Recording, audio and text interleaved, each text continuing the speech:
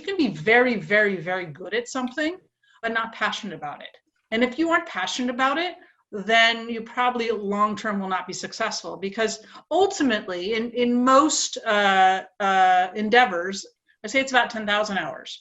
And although maybe I compressed it over 4 years, it was a lot of hours of training, and you have to really like it. And so go test these things out, see if you have some natural skill. If you really like it, you just can't wait to get to practice, or you can't wait to get to class, or you just can't wait to learn more about that.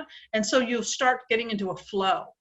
And there's a book called Flow, which I highly recommend people read. It really helps you think. And when you're in flow of something, that is something where ultimately you could be very good if you match that up with then the skills that you develop. So a lot of people are super curious, and I'm not sure if this is two things that they're conflating or whether this is true. They're worried about the balance between saying yes and taking risks and then getting overcommitted and overwhelmed.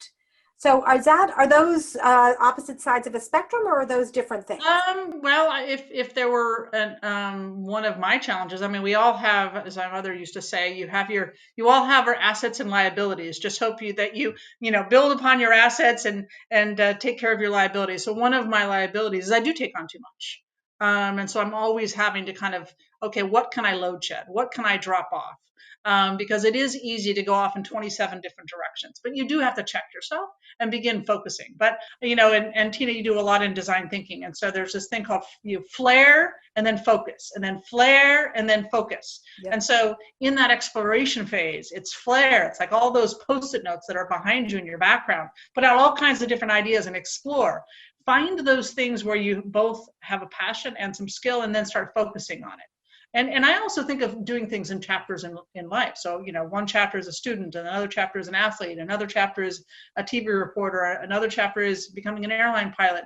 And as passion maybe wanes in one area, you begin picking up in another area. And so I think it's just, life is too short to not love what you're doing.